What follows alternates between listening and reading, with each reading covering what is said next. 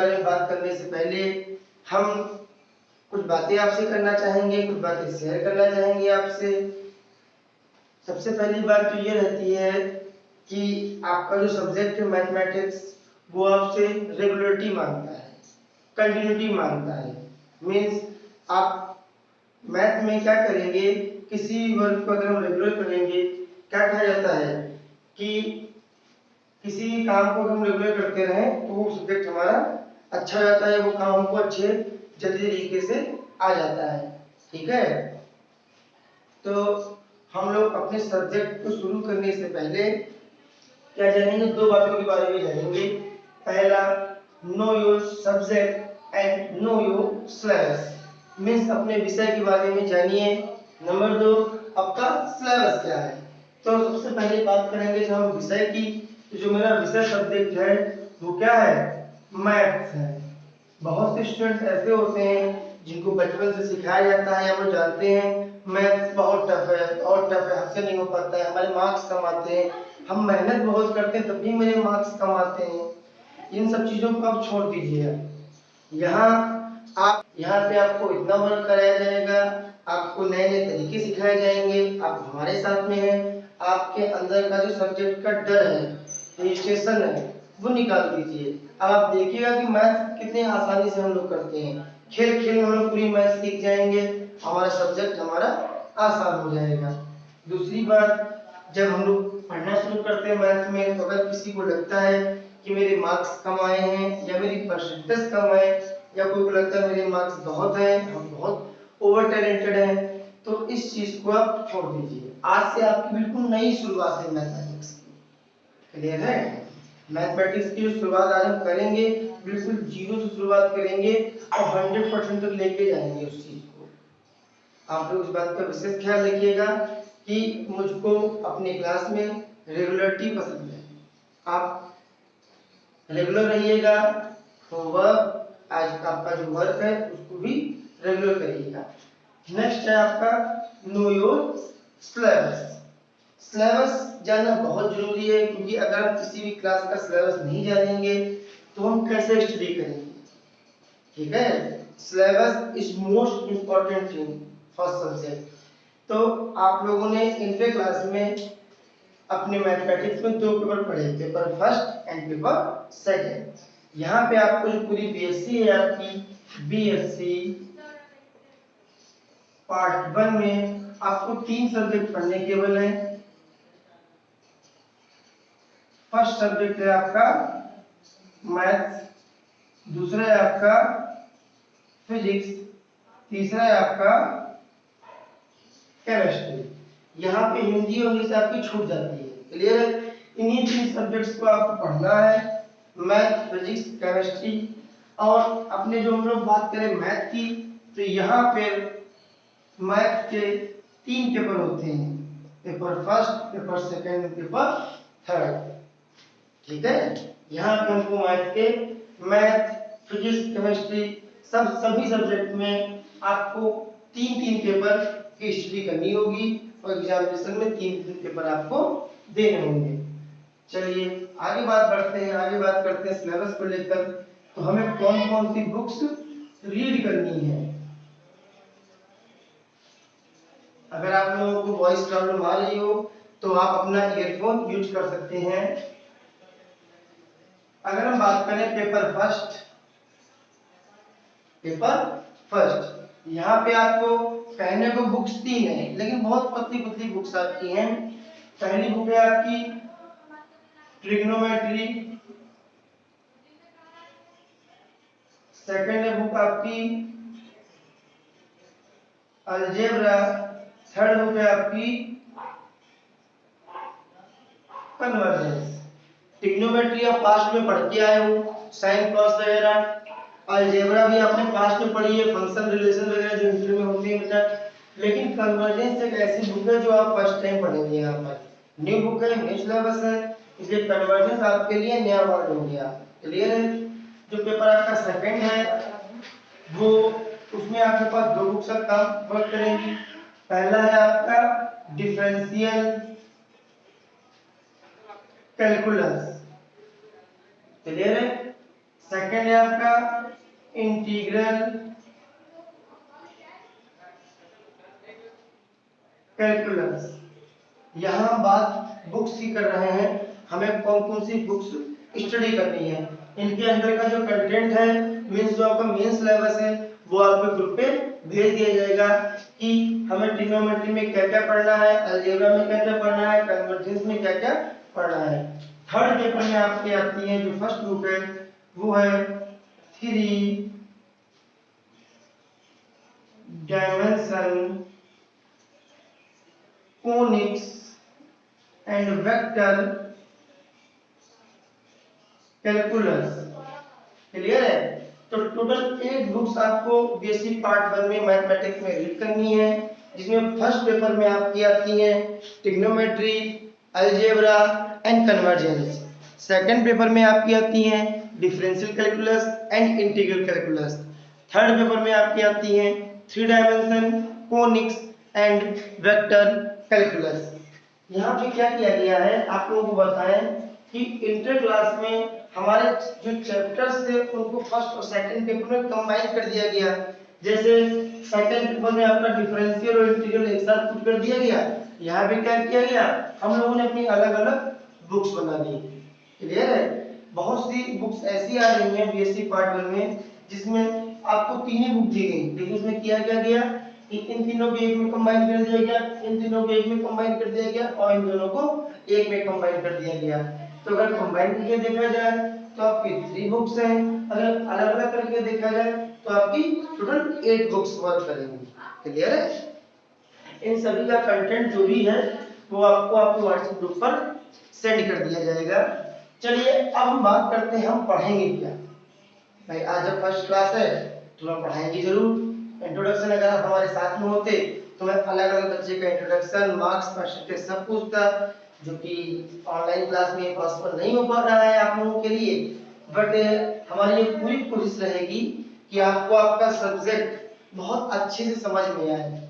आपको सब क्या नाम है, लेक्चर हो जाने के बाद में या लेक्चर के बीच में कुछ टाइम दिया जाएगा जिसमें आप अपने क्वेश्चंस पुट अप कर सकते हो, जिससे मैं आपको आपके क्वेश्चंस का आंसर दे सकूं।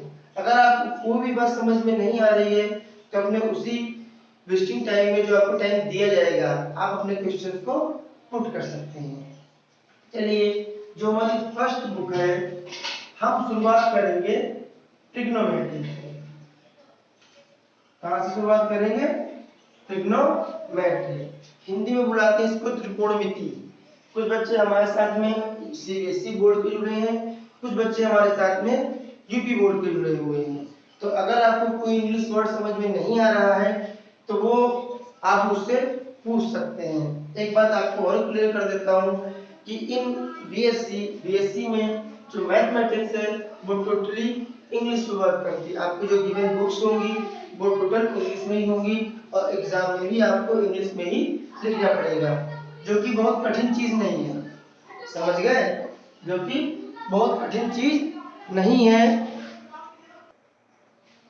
हम बात कर रहे थे कि जो हमारा सिलेबस है मैथमेटिक्स का वो टोटल इंग्लिश में है। आपकी जो बुक्स है वो भी इंग्लिश में है। आपको जो एग्जाम में लिख के आना है वो भी इंग्लिश में ही लिख के आना है, हिंदी आपको नहीं लिखनी है मैथमेटिक्स में। ठीक है? तो अगर जो बच्चे यूपी बोर्ड के जुड़े हुए हैं उनको हम धीरे धीरे लिखना सिखा देंगे, बहुत टफ नहीं मैथमेटिक्स में इंग्लिश को लिखना। तो जो हम बुक स्टार्ट करने जा रहे हैं उसका नाम है ट्रिग्नोमेट्री। अभी मैं आपको बुक दिखा भी दूंगा। एंड ट्रिग्नोमेट्री में जो मेरा फर्स्ट चैप्टर है वो है exponential exponential exponential trigonometric exponential trigonometric hyperbolic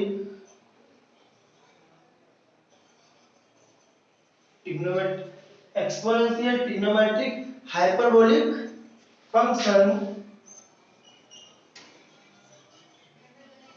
of complex quantities. Complex T T.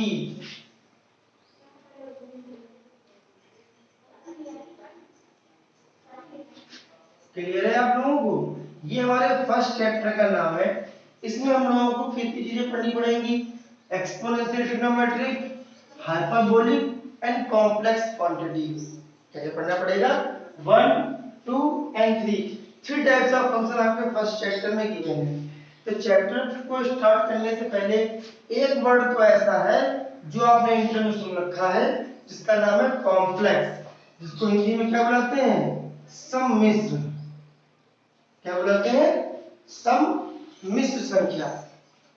चलिए, तो हम अपनी इस बात को स्टार्ट करेंगे कॉम्प्लेक्स नंबर से स्टार्ट करेंगे। कहां से स्टार्ट करेंगे? कॉम्प्लेक्स नंबर से।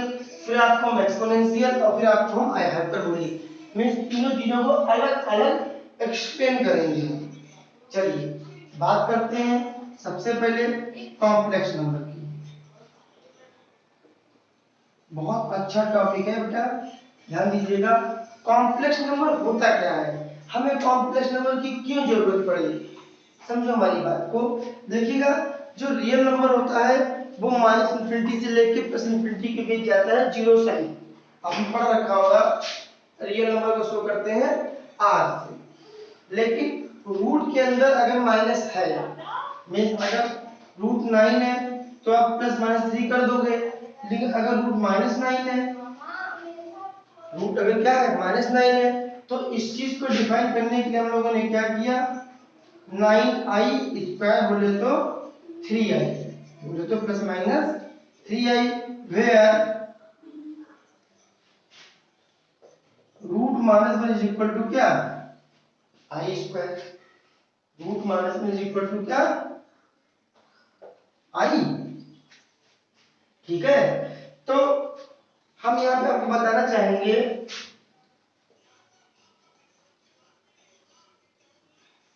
कॉम्प्लेक्स नंबर में, complex number is a combination of real and imaginary number. जो नंबर विदाउट आई होते हैं उन्हें हम रियल नंबर बोलते हैं, जिनके संग में आई लगा होता है उसको हम इमेजिनरी नंबर बोलते हैं। इनको लिखते कैसे हैं, z equal to x plus i y. z बराबर x प्लस आई वाई, जहां पे x क्या है, रियल पार्ट है, एंड y क्या है, इमेजिनरी पार्ट है। मींस आप ये कह सकते हो, जिसके संग में आई नहीं लगा है वो रियल पार्ट कहलाता है, और जिस नंबर के साथ में आई लगा होता है वो इमेजिनरी पार्ट कहलाता है। क्लियर है? चलिए अब आगे बढ़ते हैं। दूसरा टॉपिक इसमें आता है, अगर इसको हम ग्राफिकली रिप्रेजेंट करें तो ये हमारी x एक्सिस, ये हमारी y एक्सिस, ये हमारा ओरिजिन। ये कोई पॉइंट है z equal to x plus i y, x plus i y. तो x क्या होता है, x एक्सिस पे चली गई डिस्टेंस, y क्या होता है, y एक्सिस पे चली गई डिस्टेंस।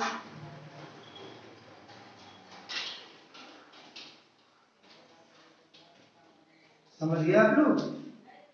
ये हमने पॉइंट O से Z को मिला दिया, इसमें क्या पॉइंट देंगे, P नाम दे दिया। ये आपका क्या हो गया, OP हो गया।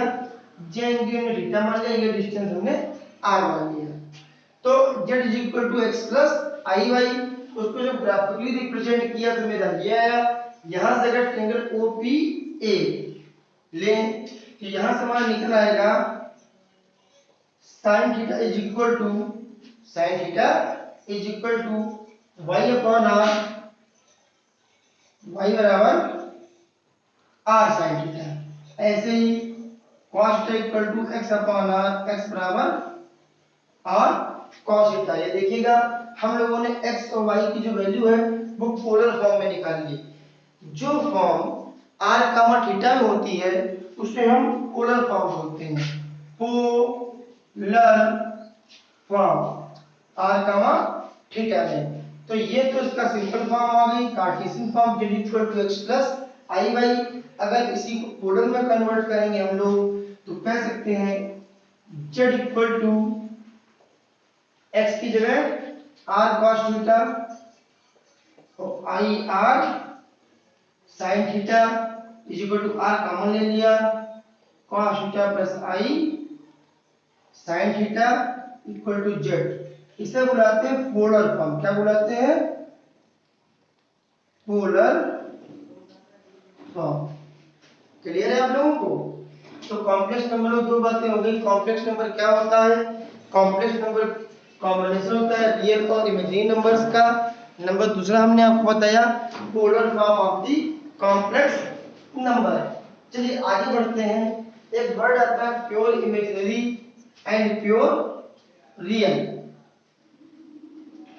आप सभी लोग इन चीजों को अपनी कॉपी में नोट करिएगा और कोई भी डाउट हो प्रूफ क्लियर करिएगा।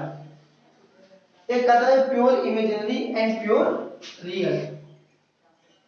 प्योर इमेजिनरी, सॉरी पहले रियल की बात करते हैं।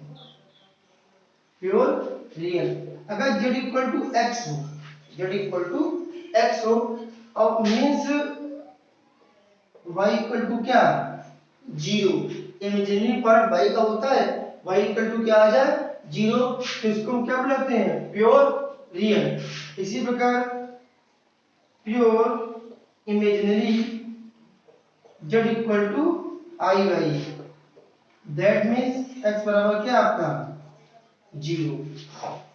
कोई भी संख्या प्योर रियल या प्योर इमेजिनरी कब कहलाएगी? जब उसका अगर प्योर रियल है तो इमेजिनरी पार्ट जीरो हो जाए, अगर प्योर इमेजिनरी है तो उसका रियल पार्ट क्या हो जाएगा? जीरो हो जाए। डन। उसके बाद बढ़ते हैं हम लोग हैं कॉम्प्लेक्स नंबर में जिन जिन चीजों का हमको यूज पड़ेगा वो चीज हम देख लेंगे। अगला पार्ट जो हमारा यूज होने वाला है वो है कॉन्जुगेट कॉम्प्लेक्स नंबर। क्या? कॉन्जुगेट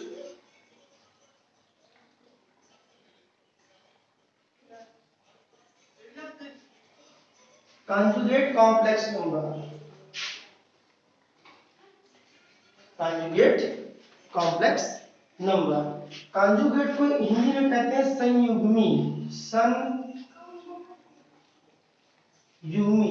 जोड़ा, पेयर। समझे मेरी बात को? अगर z equal to x plus i y given है तो z बार क्या हो जाएगा आपका? x माइनस का आई वाई। चलिए कैसे निकाला हम लोगों ने, देखते हैं कि किसी भी कॉम्प्लेक्स नंबर का कॉन्जुगेट फाइंड करने के लिए, अगेन आई रिपीट, किसी भी कॉम्प्लेक्स नंबर का कॉन्जुगेट फाइंड करने के लिए i replaced by minus I, means I को माइनस आई से रिप्लेस कर देते हैं हम लोग हैं। बात समझ में आ रही है आपको? है। चलिए ये तो हमारा कॉन्जुगेट कॉम्प्लेक्स नंबर हो गया। और एक थोड़ा उसकी प्रॉपर्टी देख लेते हैं। z plus z bar is equal to x plus i y, x minus i y करिए क्या आ गया आपका? ये 2x, जो कि क्या है? Pure imaginary. क्लियर है? इसका अगर निकालना जाए z बार तो आपका क्या आ जाएगा? x plus i y into x minus i y, x square minus i square y square, the value of i square minus का 1, तो x square plus y square. इसकी सेकंड प्रॉपर्टी हो गई। अगर आपको आई की वैल्यूज नहीं आती हैं तो मैं यहाँ पे लिखे दे रहा हूँ, आप लोग वीडियो को पॉज करके अपने पॉइंट्स जो आपके इंपॉर्टेंट लगे वो नोट कर सकते हैं।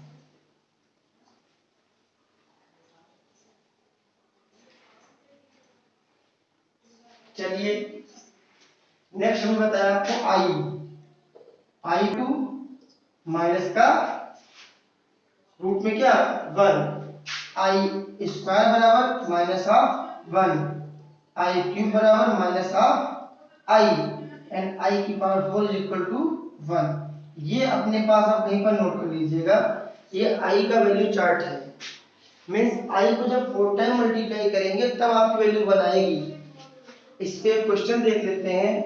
हम आपको बता दें कि जैसे मैंने कोई क्वेश्चन बताया आपको तो आपके अंदर ये चीज आनी चाहिए कि यार सर ने ऐसे बताया है तो क्या ऐसे हम कर सकते हैं? आप अपने अंदर अपनी क्रिएटिविटी को जन्म दीजिए। क्रिएटिव आप जितने ज्यादा होंगे मैथ आपका उतना इम्प्रूव होगा। ठीक है? आप मैथ में एक दिन में कहीं हम 100 सवाल लगा लें हमको मैथ आ जाए, ऐसा नहीं होगा। हम पर डे मैथ में अगर 10 क्वेश्चंस लगाएंगे तो देखिएगा एक दिन में 10 क्वेश्चन, सेकंड दिन में 20 हो गए, 10 दिन में 100 हो गए आपके, ऐसा हुआ, और 30 दिन में 300 हो गए आपके। तो आपके सिलेबस में इतने क्वेश्चन नहीं है कि आपको महीने में रिपीट करने का मौका ना मिल जाए। एक छोटा सा काम आपको बहुत बड़ी सफलता दिला सकता है। वो काम कौन सा है? पर डे हम कुछ क्वेश्चन सिलेक्ट कर लें कि हमें ये क्वेश्चन करने ही करने हैं। जैसे मैंने आई का चार्ट बनाया, मैंने लिखा फाइंड आई की वैल्यू 25, आई की पावर 25 की वैल्यू फाइंड करनी हम लोगों को है। हम आपको आई की पावर 25 करवा रहे हैं, आप अपने अकॉर्डिंग आई की पावर 100, आई की पावर 50, आई की पावर 10 इस प्रकार के सवाल लेकर लगा सकते हैं। चलो इसकी वैल्यू निकालनी है हम लोगों को है, तो आई की पावर 4 की पावर 6 इंटू आई, देखिएगा 4 6 दा 24 और प्लस 1 25, आई की पावर 4 की वैल्यू कितनी है 1, 1 की पावर 6 इंटू आई क्या आ गया आपका आई। डन। तो कुछ क्वेश्चन हम लिख रहे हैं, ये आप लगाएंगे अपने होमवर्क में।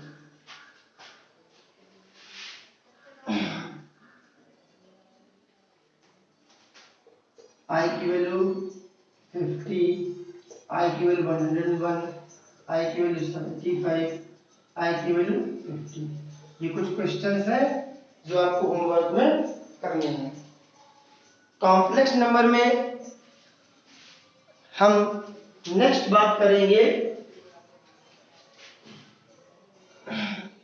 Modulus of complex number. क्या बात करेंगे? Modulus of complex number.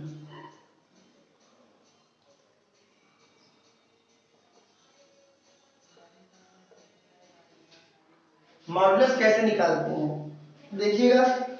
Complex number होता क्या है? z equal to x plus i y, z equal to x plus i y. Modulus लेने के लिए करेंगे क्या? मॉड ऑफ z कर दो। क्या कर दोगे? मॉड ऑफ z, ये अंडर रूट में रियल पार्ट का स्क्वायर प्लस इमेजिनरी पार्ट का स्क्वायर, इसे बुलाते हैं मॉडुलस ऑफ नंबर। क्लियर है? अभी आपने निकाला था कि z बार इक्वल टू क्या आया था? X square plus y square. आप यहाँ पे क्या लिख सकते हो? Mod of z square is equal to z bar. Done. चलिए इसके आगे की क्लास हम नेक्स्ट में बताएंगे। आपको इनमें से जो भी कंफ्यूजन हो वो अपने आप ग्रुप पर लिख के भेज सकते हैं। Thank you.